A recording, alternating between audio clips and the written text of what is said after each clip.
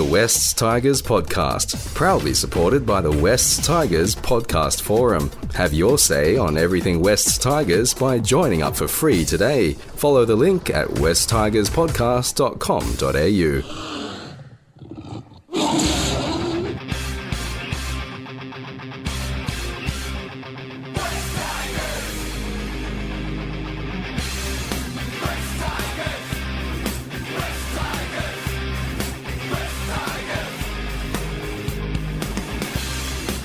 This is West Tigers Radio and West Tigers Podcast, episode number 159, broadcasting live on a Sunday evening. And no Eddie Otto this week, but we've got Steve and we've got Declan and Gary as well, and we've got plenty to talk about. And the good news is, boys, we're on the full version of Zoom this week, not Skype. I just called it Skype before we came on, but it's definitely Zoom. And I don't know, we'll start at the top. Steve, what's your one word to describe today's performance? Losing to Cronulla 30 points to 4 for the West Tigers.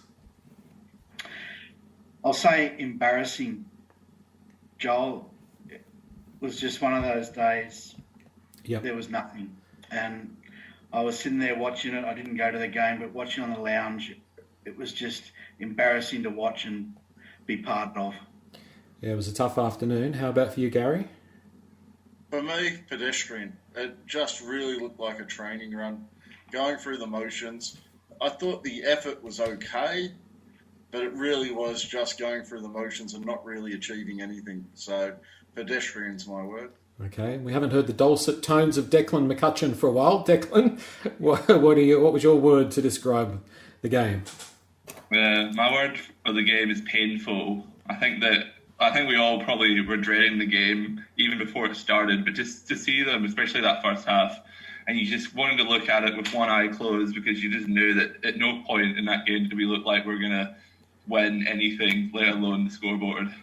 Yeah, it was one of those games, wasn't it? And it's been actually one of those rounds. I don't know about you guys, and spoiler alert in case you're not aware, but the Panthers beat the Bulldogs tonight. I've tipped a perfect round. Did we think it was a bit of a predictable weekend of football? Yeah, I think it was. I think I messed up the first game, which was the Newcastle game. Other than that, I tipped 7. So if I'm tipping 7, it's pretty predictable, I reckon. Yeah. And if I got a full round, it must have been. All right, let's start with the glass half full. Are there any positives that we can take out of the match against Cronulla? I'm going to throw one up pretty early, and that is that realistically, if the Sharks had been on, and I know this is only a very slight glass half full, but looking at the scoreboard, 30 to 4, I thought it was a pretty fair indication of the game. And we didn't get completely blown away at any point. Steve? Yeah, well, I'd say from a player perspective, yet again, our second row, Tuilagi and Leilua, could put their hands up and say they gave great efforts. I was also really impressed with Luke Garner. I thought, again, defensively, he was really strong and playing out of position. I think he's coming on leaps and bounds this year, actually. The other thing I'd say about glass half full is that first 20 minutes, yet again, we've shown that we can go set for set and well, maybe first 15 minutes. And if it wasn't for those errors that we just do over and over and over again, the half full part is if we could cut out the errors, we can play football against these teams, because we looked okay. It was just the errors that stuffed us. Davey Farrell on the West Tigers Podcast Forum, he said, one positive from today, I thought Kelmer had a real go. When Ken scored in the last few seconds, he was the only one to rush up and congratulate him. I'm so sad we're losing him. His defence today was awesome. I thought he had a good game as well. Declan, any positives for you? Not really, Joel. As you're probably all surprised to see, I'm kind of a glass half empty kind of person when it comes to the Tigers at the moment, so I can't really provide much meaningful positive insight at the moment. Sorry. All right, Gary, what do you got for us? Declan has 2 empty glasses, so most weeks he's starting from behind. Yeah, look, I can only agree on Luciano and Colma. I think they both had solid games. I think by far and away our best players. Really disappointing that our best players are kind of the players that are leaving us at the end of the year, and that makes that hole feel a little bit deeper. But I thought the effort for the most part was pretty good, except for a couple of exceptions. I thought Mamalo lacked a bit of effort, but I thought the rest of the squad, that they seemed like they were trying. So I thought they had a little bit of a dig, but that's as positive I get, because I think the rest of the game, there's not much to talk about. I think we're well and truly outclassed, and we're incredibly poor for the majority of that game. So there's a little positive in there, but it's mixed in with a lot of negative. Yeah, absolutely. If you are listening to us tonight through West Tigers Radio and you want to submit something that you feel is a negative or a positive or an opinion, of course you can do it. I'm monitoring the forum as we speak, and I think Gary, you are as well. So feel free to send those through. Any given Sunday, his first ever post, he said, "Tough effort to swallow. The Sharks were too good. The team's confidence looks shot. And that's obvious." He says he doesn't feel like Madge is using it as an excuse, but who out of the following would not be playing today if available? Laurie, Roberts, Kapoa, Talau, Hastings, Dewey, Steph and Blore. That list is all I have to maintain some hope. I mean, it is true. We do have to, if we're going to put our positive hats on, this is not a full-strength West Tigers team. We're missing arguably our best three players, Adam Dewey, Jackson Hastings and Stefano Utuikamano. The back of my mind, however, and I hate to come from that negative place, is I don't know if realistically a full-strength team would have beaten the Sharks. I still don't know if our full-strength team is good enough to beat some of these high-flying teams. Steve? I don't think our full-strength team would beat the high-flying teams, Joel, as you just said. I do think we'd be competitive mid-pack. And I'm wondering whether that disappointment that we are seeing oozing from the players on the field, part of that is perhaps that they did have a strong pre-season or off-season and felt that there was change in the wind and felt that they were on track, and then being hammered by injury, as we have been, and having a lot go against us in the first month or so of footy has just taken the wind out of their sails. I think that's really reaching for a positive, but I imagine that's how the club's feeling, that they were all set to give it a red-hot go this year and make some improvements, and they've had a lot of that taken away from them without it all being their own fault, perhaps. Mm. Of course, there was one positive today that we've all missed. Dane Laurie's COVID test.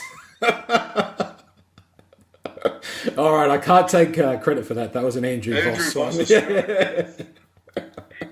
Well, actually, Joel, that is a positive, and I was going to say this to much later in the pod when we get to the end and we're all starting to relax a little bit. But the positive out of that for me is that Gary's big tip was to drop Laurie and bring in Toa. Yeah. And I was saying, no, of course, no, you've got to keep Dane Laurie. And I think we can see now what's happened when that eventuated. So look, I don't know about that. Dane Laurie still hasn't shown a lot this year. He dropped a couple of bombs a couple of weeks ago, and Stafford dropped a couple today.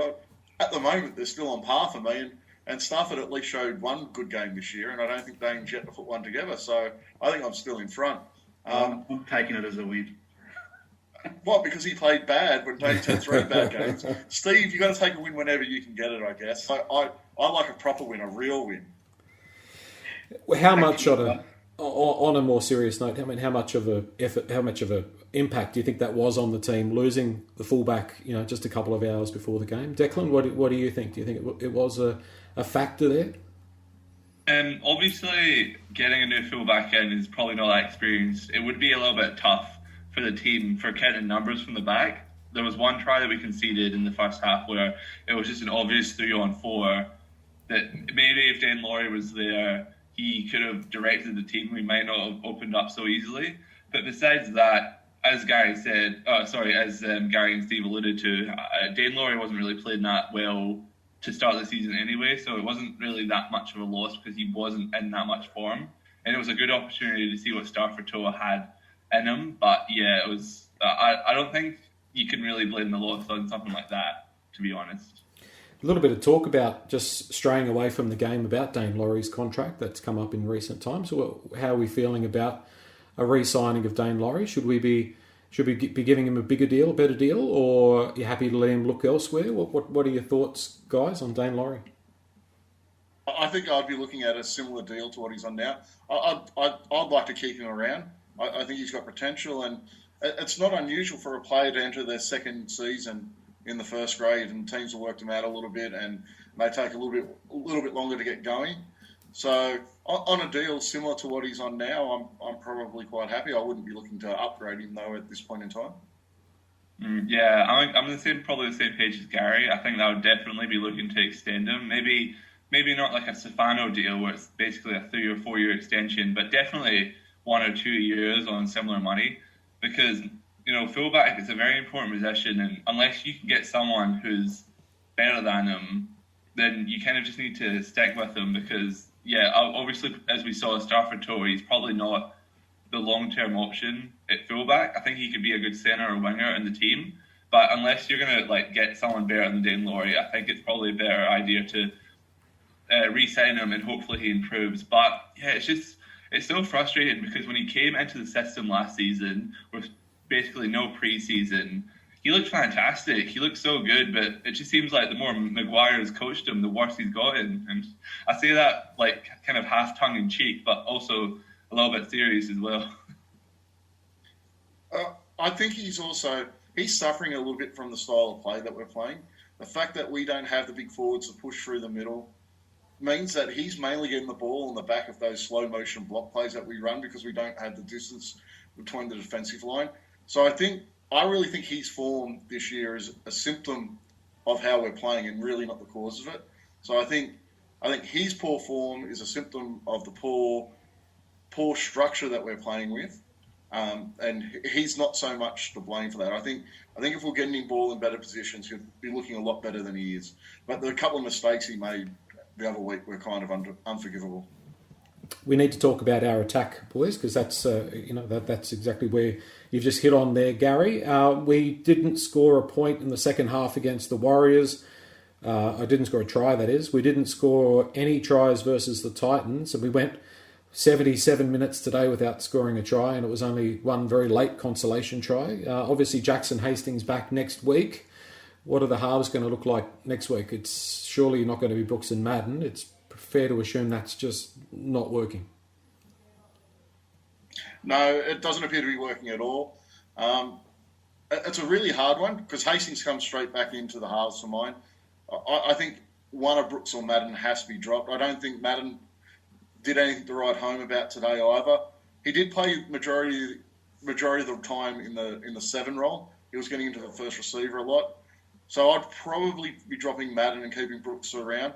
But I think once Adam Douei's back, and I think everyone knows my opinion on Adam Douei and where he's probably best for the team and the development that he needs, I'm at the point where I'm moving him straight to 5'8", like most people had already said they would. I'm pretty much sold on that, and I think by the time we get to mid-season, we're looking at Hastings and Douei in the halves. I think that will be the way forward for the rest of the year. But we really need to see some development from Adam Douei when he gets back as well. I've often been the lone voice on here chanting for Brooks, and that's really just to, try to balance the argument. And I do believe, and I said it the other night on the pod, I do believe he cops too much of the focus of the criticism when it's not all his fault. But I've got to put my hand up tonight and say he was just not involved at all. He was good defensively, Brooks, as he always is, but he was just non-existent in attack. Madden was playing the dominant half. I don't know whether that was by design or just because he does it naturally. I really don't know. But Brooks was playing second fiddle to him, playing second receiver a lot of the time, playing the old traditional 5'8" role. And we actually said earlier in the year that might be good for Brooks to push him that little bit wider, but it didn't do anything today either. And his head just didn't look there. I don't know, maybe he's injured, but maybe we have to face the reality, and maybe I have to accept that all the rumour at the off-season that he doesn't want to be here is true, and that he's done. I think that's really sad if that's the case. But looking at it today, I've got to admit, it's not going to work moving forward.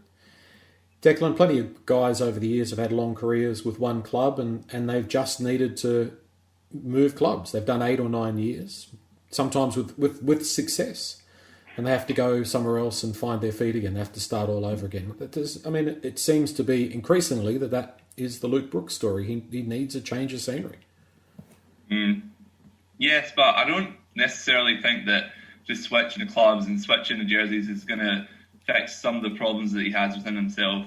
And he is 27 years old, so it's not like he's still a young player, but I definitely agree with you. I think that it's probably best for his career and his footy especially to find another club. But I think the problem is it might not be best for his bank account in terms of the money that he's been offered or the money that he's guaranteed next season. So I think that's probably the biggest obstacle right now for Luke Brooks and the West Tigers going forward is the financial situation more than anything. Yeah, it would be nice to know what the truth is around that $1 million for 2023, because it seems like it's going to be a big hurdle. Frullins, who's one of our favourite West Tigers podcast forum posters, has put up a post just a few moments ago. The team's still putting in, but completely outclassed today. That's pretty much spot on. He says, my positive is Hastings is back next week, hoping for a chance to mix up the spine. And Frullins is saying Brooks to 6 or 14 and Hastings to 7 to run the team. Is this going to be, potentially, Gary, do you think maybe a media story this is going to be in the next couple of weeks in regards to if Jackson Hastings does get that lead role and maybe it looks like Brooks might be sort of getting pushed down the pecking order a bit? I already think that this Tuesday's team list is probably one of the most anticipated for a little while. I think it's a lot of supporters and the media as well are probably fairly keen to see which way Maguire goes. I predict it's going to be Hastings. I predict Brooks will be still named at 7, but I'm hopeful that Hastings takes on more of that controlling role and that first receiver role that Madden seemed to hold. I'm very close to, if Madden had played better today, I would have been very close to being ready for Brooks to be dropped myself. I just don't think Madden stood up enough today to demand that spot. But this is a story that's not going to go away, and it's only going to get bigger as we get closer to the middle of the season when Adam Doueihi is due to come back. So unless something severely changes in the next couple of weeks, like the club releasing Luke Brooks, this is going to be a story that keeps on going right through the majority of the season.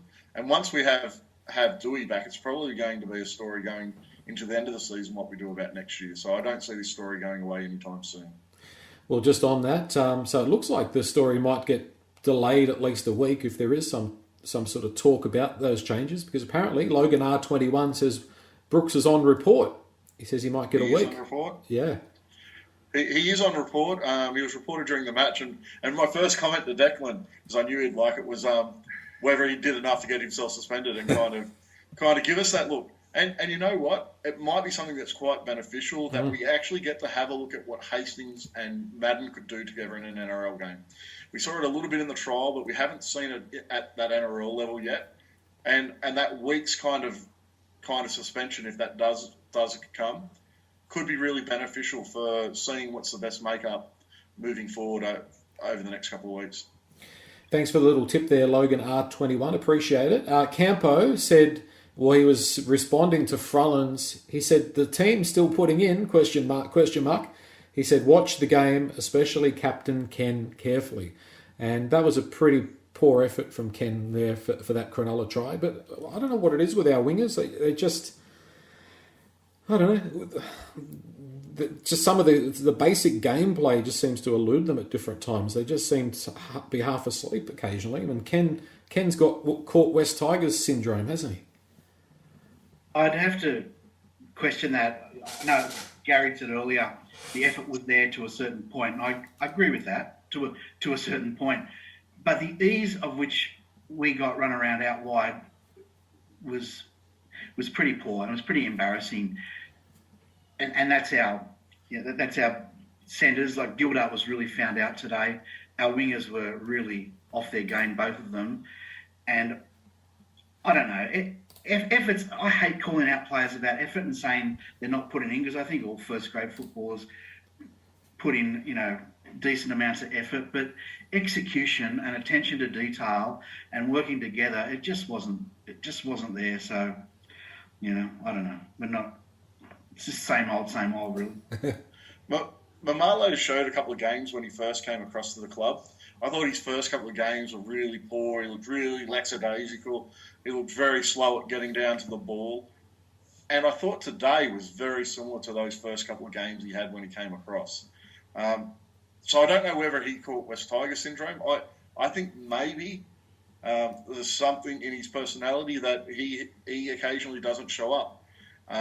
Because he was really poor today. I thought even when he took the intercept try at the end, and yes, we're getting flogged, but I was saying earlier, I thought that he would have rather ran straight up the dressing shed tunnel than run around and put that ball down. He's our leading try scorer this year, so there was a chance to add to his tally and kind of build something individually, and he just looked completely disinterested. I know we're getting flogged, but even to score that try, I thought it was a rather poor performance from him. And I pointed him out earlier as being one who lacked effort, but I think the effort for a lot of the others were there, even though they made a lot of mistakes. Even Luke Brooks, I think, tried today. He was very quiet and in and out of the game and threw some terrible balls, but I don't think it was a game where we kind of gave up, and we saw a lot of that last year. So for me, that's still a little bit of a positive for us to cling to. As I was saying last week, I want to see guys show that they can contribute to next year, because let's be frank, that's all we've got to look forward to. We haven't got this year really much to look forward to. There's Frollins has just put up a post from the Sydney Morning Herald talking about the Dragons maybe parting ways with Anthony Griffin. So the Dragons certainly don't have a lot of...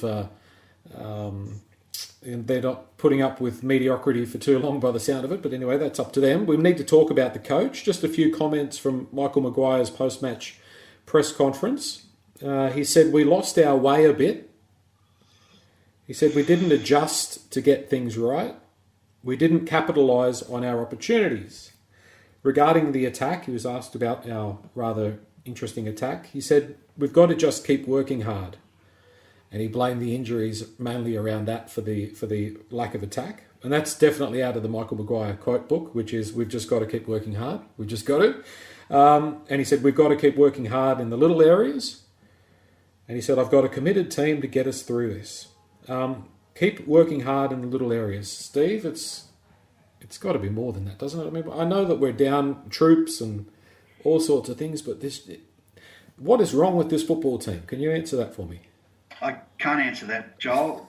I can add to it, though, in that it's just the most frustrating thing, despite the injuries. And yes, the injuries are playing a huge part this year. You can't help that. We have half of our first grade team on the paddock. So we do need to take that into consideration. But what I find so frustrating as a long-term fan is it's the same mistakes week in, week out, year in, year out. And it's okay for Madge to say, I've got the team and we've just got to work hard. The question I want to throw back at Madge is, if you're working hard at training each week, why do we constantly give up errors or give up penalties and let teams out of their end every time we have them down on their try line? Why is it that every time we get into an attacking situation, we overthrow a play or knock a ball on or throw a pass behind a player? Why is it that every time the opposition put up a fifth tackle play to our wingers, we drop a ball and have a try scored against us, I'd reckon once every 2 weeks? Why is it that our attack is just going side to side and has a format to it that was 5 years ago, and we're not playing the modern eyes-up footy that we should be playing? We're not giving the guys with attacking flair the opportunity. Why is that not changing? That's what's frustrating to me. And I get it if you don't have... Like, I watched Melbourne the other day, and Melbourne didn't score a lot of points or make a lot of yardage from set plays. It was their players with attacking flair that took advantage of an opportunity, made breaks, and that's all their attack came off that. we don't have that level of attacking flair, but we have some. We've seen it. Why don't we see it more consistently? So, sorry, that's gone into a bit of a rant, but that's what I'd be throwing back at Madge. What are they doing each day at training other than working hard? Look, a lot of that attacking structure stuff you're talking about, Steve, to me comes down to a quite imbalanced squad. So even our forwards, I thought our forwards were quite good today. They tried hard. They got through some work. Luciano and Colmer were very good, especially, but I thought Tamu had a fairly strong game. I thought he got through plenty of work, came back, did a second stint. I thought Musgrove was pretty good. Our biggest problem is our forward pack is unbalanced, though. It has, as I've said a number of times, it has a lot of those guys who are there to push out meters, and you need those guys in your team. But we really lack that high-impact forward. So we have them on the edges, which is why we go side to side. That's why we spread the ball early in a tackle count, is to get our second rowers, who are our impact players, involved early in the set. So we like to play off the back of Luciano doing one of his runs, because it causes disruption to the defensive line. And at the moment, the way the game's played for the last couple of years, you play off the back of a disruptive defensive line that's caused by a high-impact player. You have a look at all the good sides, they have those high-impact players. We don't have that. We don't, especially in our middles, we don't have that high-impact middle who can charge into the defensive line, knock a couple of players out of the way, get to his stomach, get up and get a quick play the ball with two players laying either side of him who are completely out of the run of play. We don't have that style of player, and that's where the eyes-up football comes in. That's where you play your eyes-up football, because you've got the defensive line retreating. You've got a couple of guys out of the defensive line, so you're attacking a disruptive defensive line. We don't create that situation because, A, we don't run hard enough because we don't have those high-impact players. So we end up going through the slow-motion kind of block plays, and every team runs block plays. A lot of teams run block plays from their own side of halfway now. But the issue is we can't play that eyes-up football because we're constantly attacking a set defensive line. And the only way to beat a set defensive line in the modern game, and in the game that's been around for the last 10 years, is those block plays that you run, and you use those as strip numbers and make defences have to make decisions. But we don't have that gap. We don't have that defensive line retreating. So we're doing it against a set defence constantly. And we do it going far too sideways and far too slow. So we don't end up stripping numbers. We just end up running our players out of room, which is why you see us going into touch. And the number of tries that we've missed by a couple of metres, as Madge said in his press conference tonight about scoring a try at millimetres inside the sideline, we go too far sideways to create the room for them to have the room to score millimetres inside, because we're running them out of room. It's the whole reason why Roberts didn't get any decent ball last year. That's the whole reason Laurie is having a really poor year, because we're running him has that option out the back of the sweep play, but we're running it so slow. There's two defenders in his face as soon as he catches the ball. That all comes back to the lack of the impact forwards in as middles. That's why we can't play through the middle. That's why we can't play the eyes up football, and that's the biggest problem at the moment. And we need to get that rectified. Otherwise, next year's not going to be any different, because we don't have the right makeup of our squad to actually play the modern game and play the game that we need to play this season and next season. Yeah, it really felt almost like watching sort of a reserve grade team, and to a large degree it is a reserve grade team, playing against a proper NRL team, albeit it wasn't the Sharks' best performance. Declan, 8 games, 8-game losing streak, the club's worst ever losing streak. If the club's fair dinkum, are we looking for a new coach? Are we making changes, do you think? I think that if the club is honest with itself about the direction we're going in, I was just talking to Steve and Gary, because as you guys know, I like to keep a tab on the reserve grade as well. And the Magpies played Newtown, which is the feeder club to the Sharks, and we also played the under-20s all 3 games this week. And we lost a combined amount of 108 points to 20 in all 3 grades against the Sharks. So I feel like if the club is honest about where the direction that it's going in, I think they do need to make some changes, and I think it starts with the coach, and I think they need to make it pretty soon if we're to have any chance of being successful in 2023, because I just don't think, based on these scores, that Maguire has done anything to elevate the club on a upwards trajectory based on like the reserve grade team, like what's coming through in Jersey Flegg as well, because I think this is all kind of an indictment of how he's developed the young players coming through. Yeah. Steve, a couple of weeks ago, Tim Sheens came out and said, I'm not going to blow the joint up. That was after 2 games. But are we sort of leaving Maguire to hang out to dry a little bit if we don't come out and protect him at this point? I mean, certainly I think I had the feeling the Sharks game and the Parramatta game are very, very important for the club. And if, I wouldn't be surprised if nothing's said this week, but if we get towered up by Parramatta next week, the media is going to go into an absolute feeding frenzy. And it is going to be on Sheens if we are sticking with Maguire to really circle the wagons around him. Yeah, I listened with interest to Phil Gould coming out and protecting Trent Barrett and Flanagan earlier in the week, and I thought, gee, that was great. I wish we'd do that. Now I got caned by Gio on the forum because he said, well, our guys have come out, and they have. He's right. Gio was right. You're correct, Gio. But not with the same force and not with the same respect, I suppose. Love him or hate him, if Phil Gould talks, people tend to listen, and we are going to need to do that. I don't think they'll sack Madge now. I think if it's going to happen, it would happen at the end of the season. I don't even know if it'll happen then. But my point about that, Joel, is that I said the other night how confused I felt regarding Madge, and that I was with him, I was against him, I was with him, I was against him. And I've been thinking a lot about it, and it's just so complex in our club. I don't think sacking Madge will necessarily do much, because Gary just spoke passionately and really with a lot of knowledge about analysing the game. And what he said was 100% spot on, that we don't have those middle forwards that are going to get us on the front foot and get teams retreating. So a new coach comes in, and without new cattle, is it going to make much difference? And we're all saying, we've got Coruscant coming, we've got Papali'i coming, but we're losing our strongest attacking weapons in Leilua and Tuilagi. So I don't think we're any stronger yet. We're just different next year.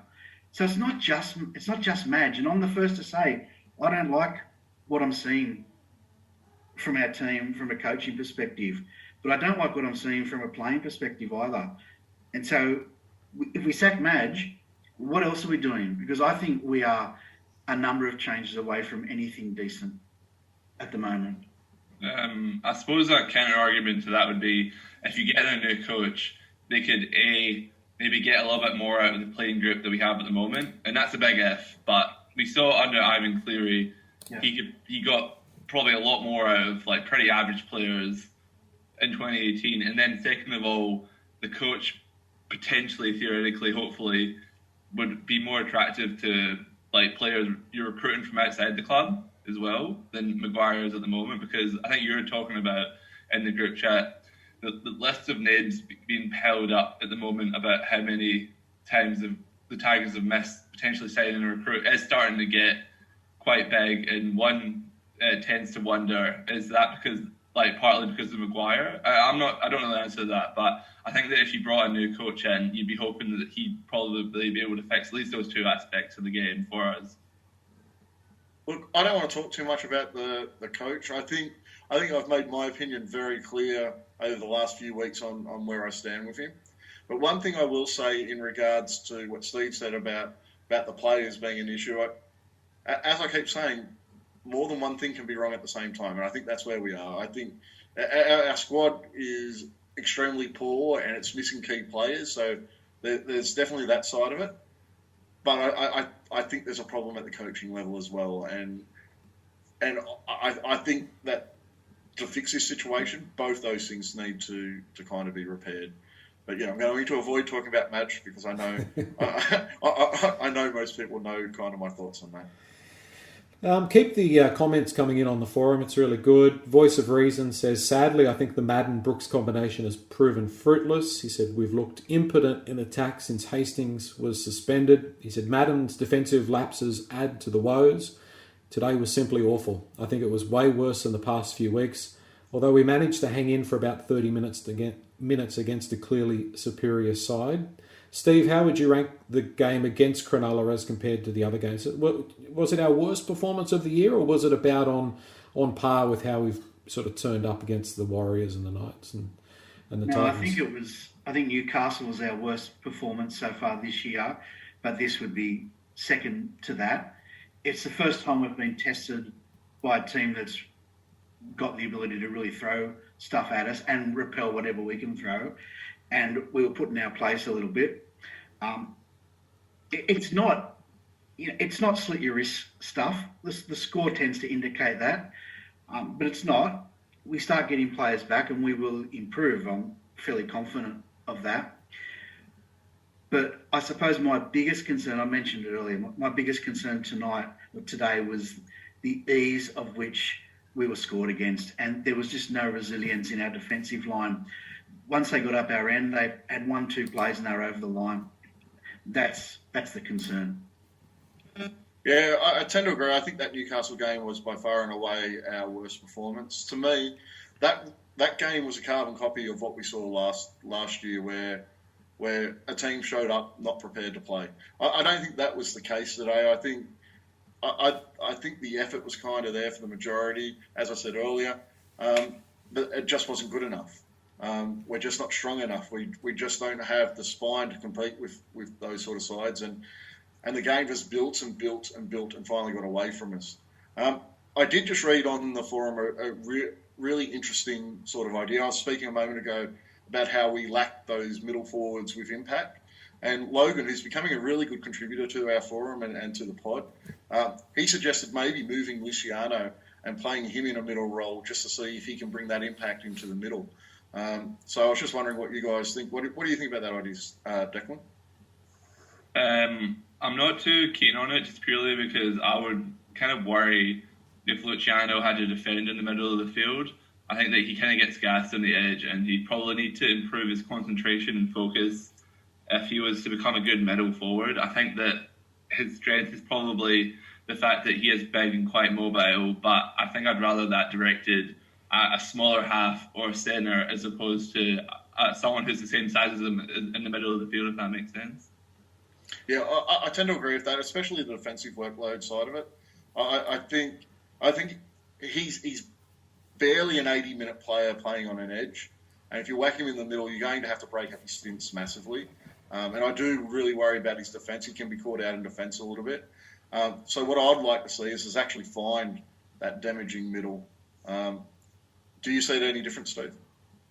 No, I was just thinking you'd be cutting a strength to fix a weakness. He's our most potent attacking weapon at the moment. To take him off the edge would take that away, and we're struggling to score points as it is. Is it there someone, a big middle forward who's injured at the moment, Declan, that's coming through? Wasn't that mentioned to us last week? Wrong. So there's so we signed a Manly prop, Sione Fanu. He played for the Jersey Flag team today. He came off the bench. I have no idea how he went. So you'd imagine that he would be a top 30 contract next year. And then we also signed a young English player called Semi Sanya. Sorry for the pronunciation if it's wrong. But yeah, so that one's pretty cool. He played for the London Broncos and then also the under-16 and under-18s England team. And apparently it's a 3-year contract, and I'm told the third year is in the top 30, I think. So I think so we have signed some good young players, but I'm not too sure how first grade ready they are. I think we might see Sione Fanu at the end of the year when people outside the top 30 can play, but I think a good point from this game is that the fact that the only middle forward that ran for over 100 metres was Joe Offen-Galway. I think Tama ran for 50 odd, and then Musgrove, I think he ran for a little bit better. I think it was like 70 or 80. So we definitely need that impact in the middle of the field to be a lot more significant for it to improve. Thanks, guys. Good insight. Just a couple more things from the podcast forum, because we've sort of looked at the playing group, we've looked at the coach. A little bit of heat for Justin Pascoe, Tiger Lily.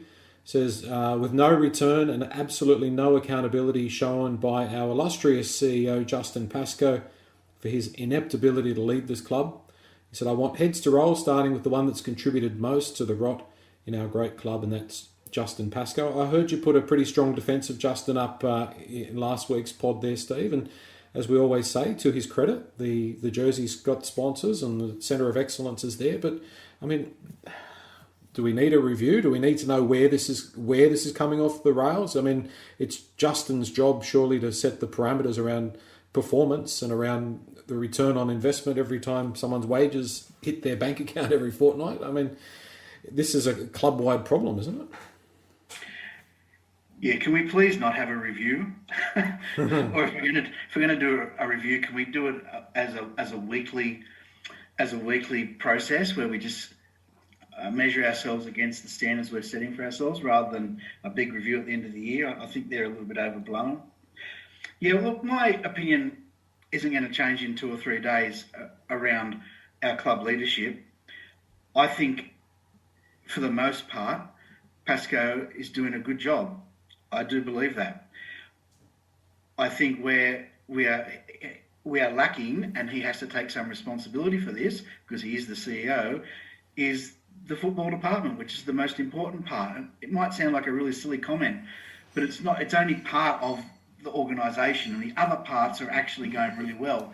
But the most important part, and the only part that really matters to most of us, is not going well. So yes, he has to take responsibility, but I think he has taken responsibility. I think change has been made, and that change is taking time to have effect.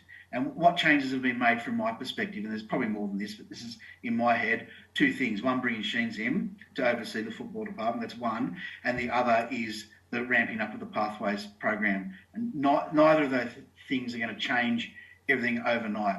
Now, as far as roster goes, yep, he's a part of that, but he's not the only one, but he does oversee it. And our roster and recruitment is terrible. The one throwback I'd throw out there is, if any of us were in his position or part of that recruitment retention group, what would you do at the moment to sell the club to get players into the club? Because, again, as we've all said, this problem is so big and complex, it's so hard to get players here because we're not performing and haven't performed for a long time. Yeah. And that's not all Pascoe's fault.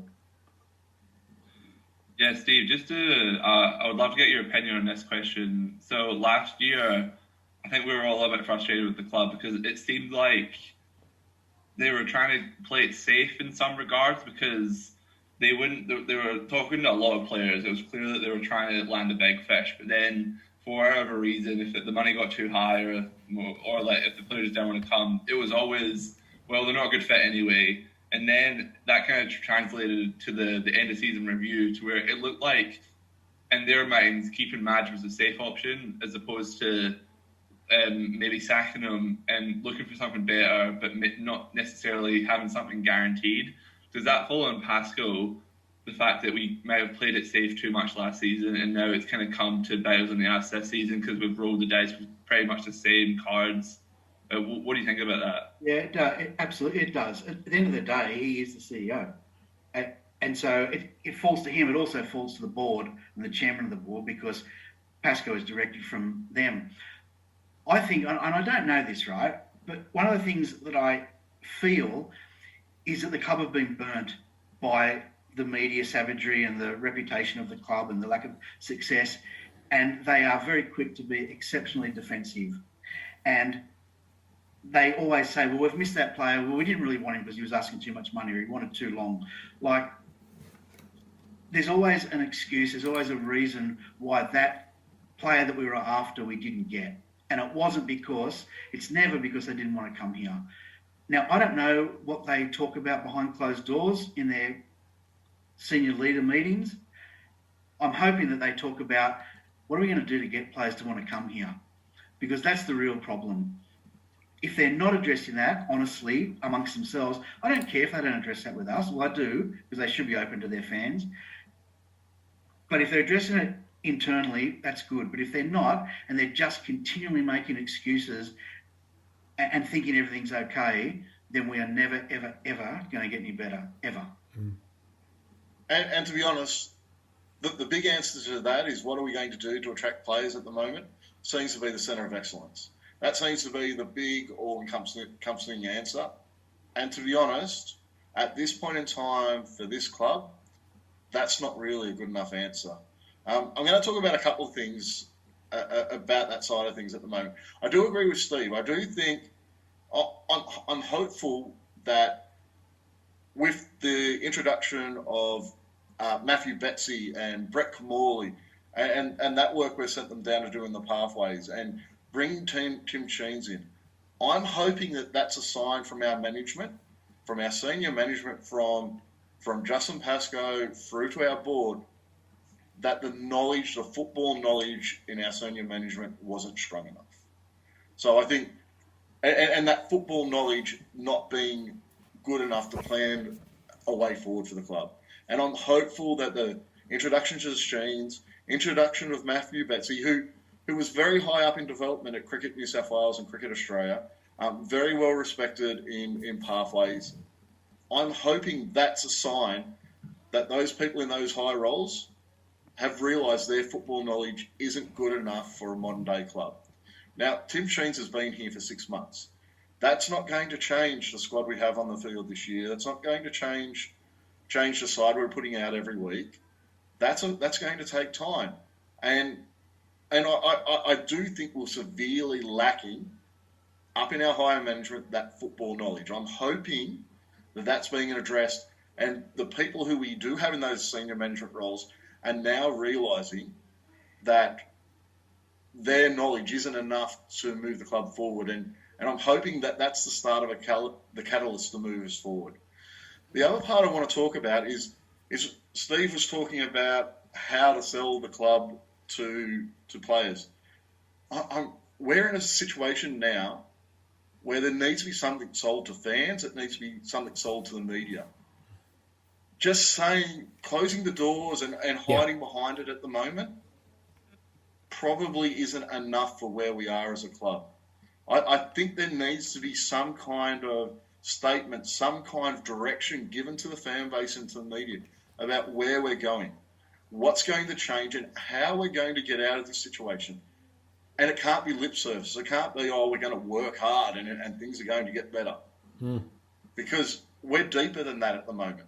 Now, I'm a supporter of Justin Pascoe. I wouldn't be sacking him at the moment. I think the stuff he's bringing in on the financial side and the changes he's made to the football side of things, I think is a start to go in the right direction. But I think as a fan base, and as a fan base that hasn't had finals football in 10 years, we need to know that there's a process that's going to get us out of this, that's going to return us to where we want to be.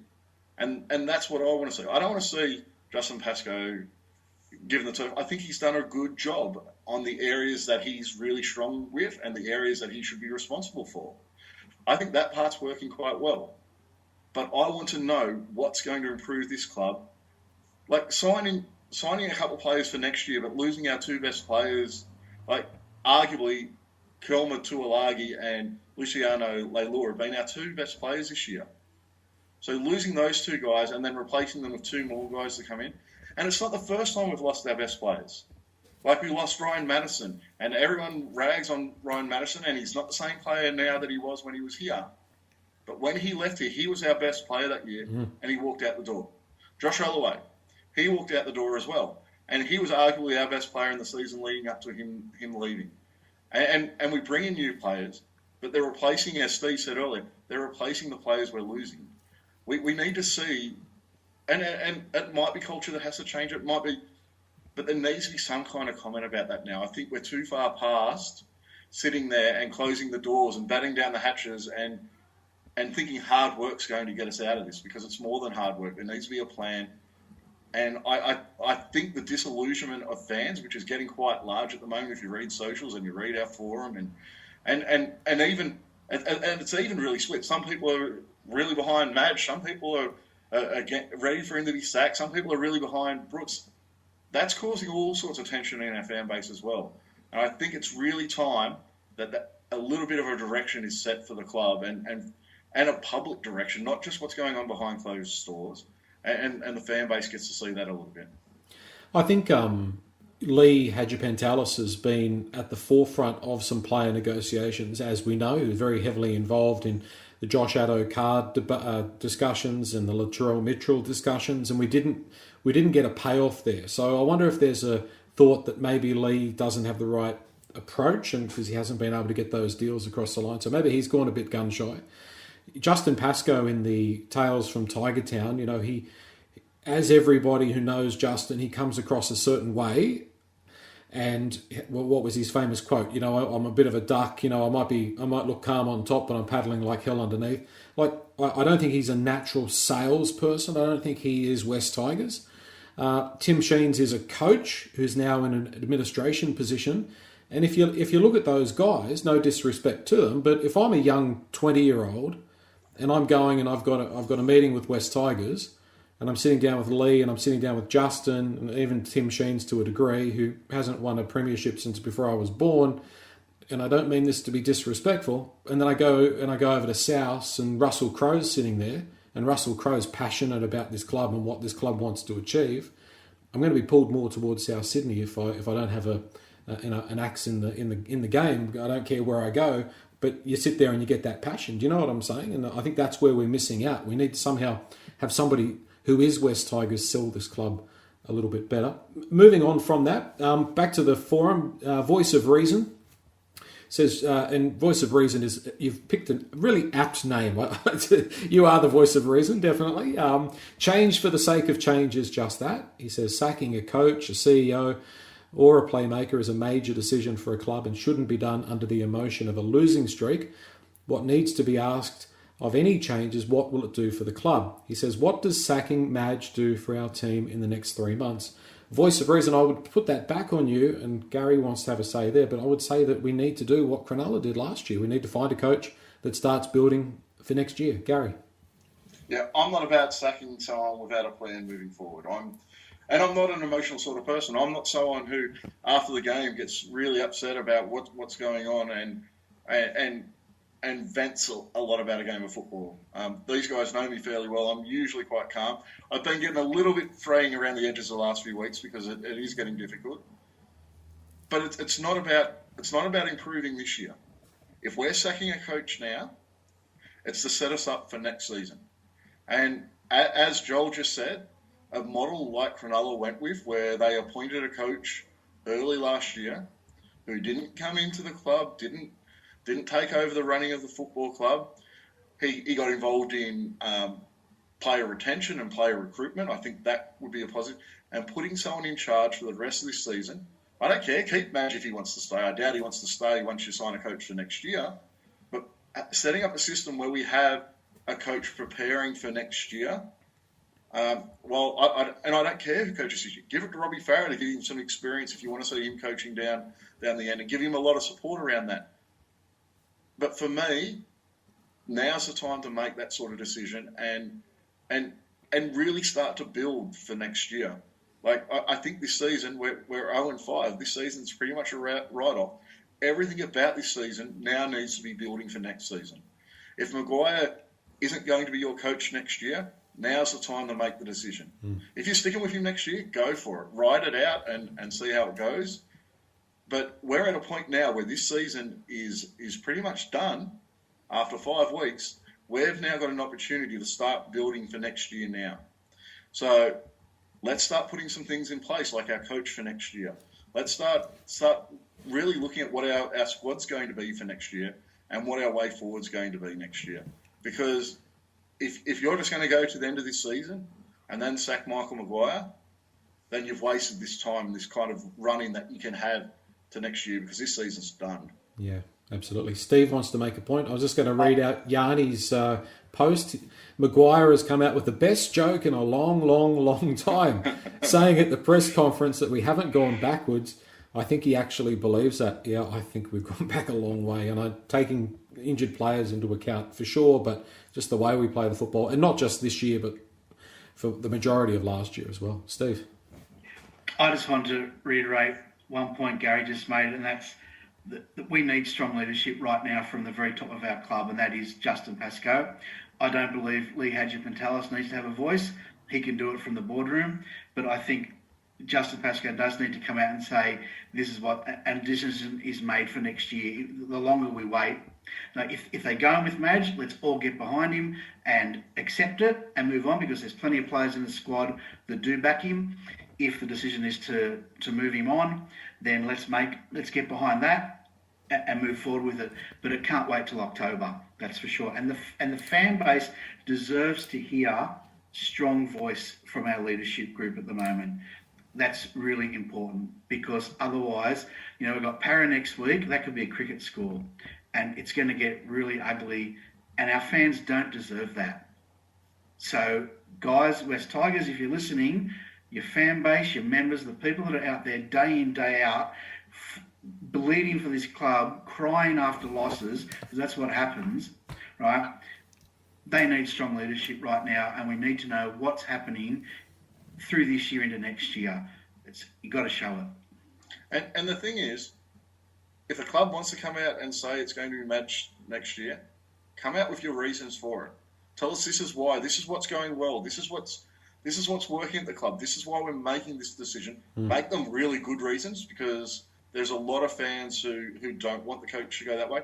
There are still a number of fans, and quite a lot of fans, more than I would expect, who want it to go the other way.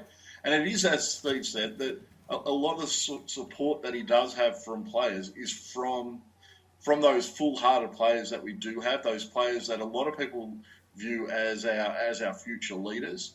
So that's the one positive he does have for him. I don't see a lot of other positives. Other people see a lot more positives. But it is really important.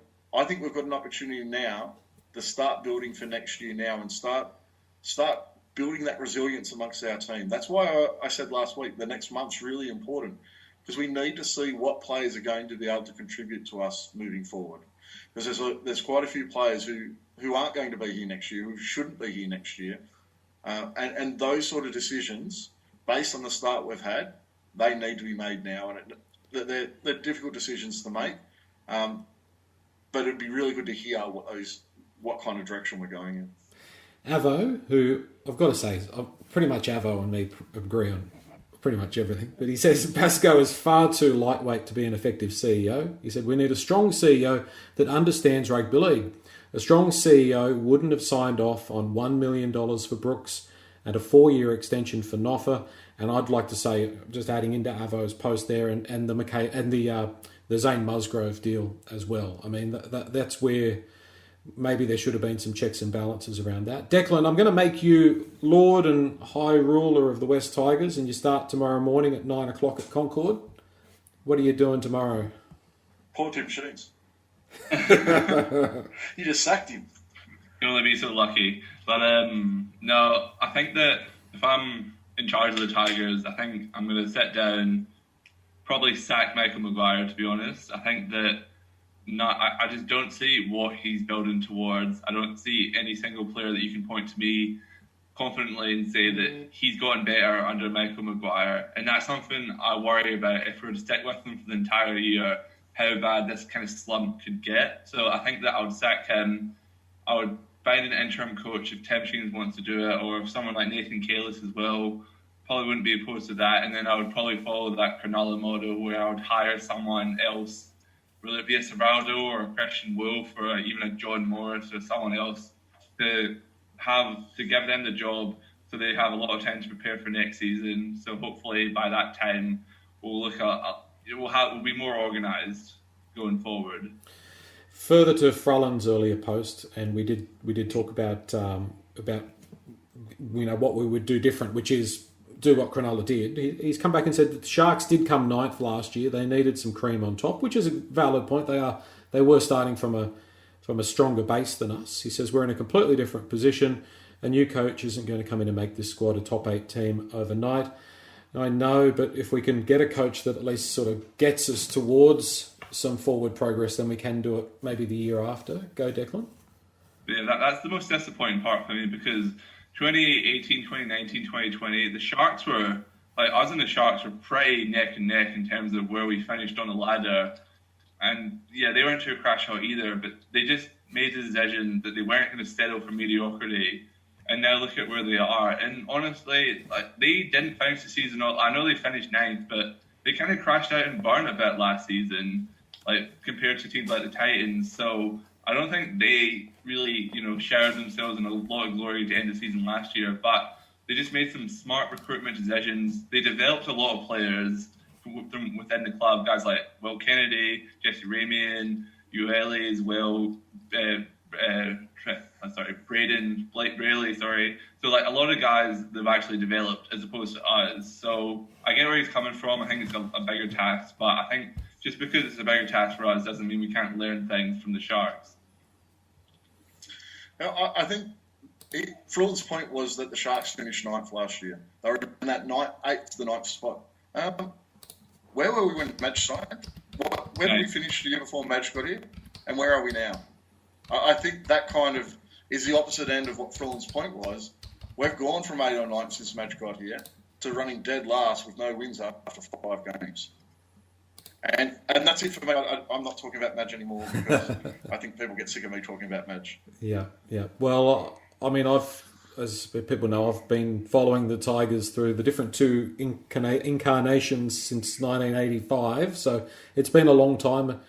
I've been through a wooden spoon season. I've been through some pretty tough times, but I think this is pretty much the low point. So I fear that, and again, I don't mean to be negative about it, but I'm not seeing something that I can grab hold of and say, yep, that's the thing that's going to get us through this. And that's what the club, I think, needs to come out and try and sell, is some sort of vision, just further to what Gary was saying. So it's a bit of a worry. We'll come back, hopefully with Eddie on board, a little bit later in the week and preview the big game against Parramatta. Steve, how's your confidence rating on that? Because I think from memory you may have... He picked us to win. You might have actually picked the Tigers to win, yeah. Well, that's because I thought Dane Laurie was playing. That's why I did tip them on the pod with my heart, but go and have a look at my tips, guys. Yeah. Go and have a look at the tips. Yeah. Steve's as good at tipping as he is at trivia. I am very worried about next week, Joel. We don't play well against Parramatta at the best of times. They play the sort of game that we do not defend well against. You could argue we don't defend well against most game plans, but their speed across the advantage line, their second phase play, their ability to offload, their hard hitting, hard running forwards that sort of come off the back fence, we do not handle that well. I'm really worried about next Monday. But it is Easter. Who knows? Parramatta are pretty much the archetype of the modern-day football team. They have the high-impact forwards in the middle, and they play off the back of that. Their problem is, I think, their halves let them down in high-pressure moments and key moments, and I think that's kind of what's held them back from actually winning a premiership. But they are what I'd like to see us build our forward pack around, a similar style to that. I think that's what really wins games in the modern game. Yep. All right. Well, we'll just have to wait and see. Hope you'll have a good week. And thanks to everybody that's listened in through West Tigers Radio tonight. And we'll put this one up as a podcast tomorrow as well. So thanks, everybody. Yeah. Cheers, guys.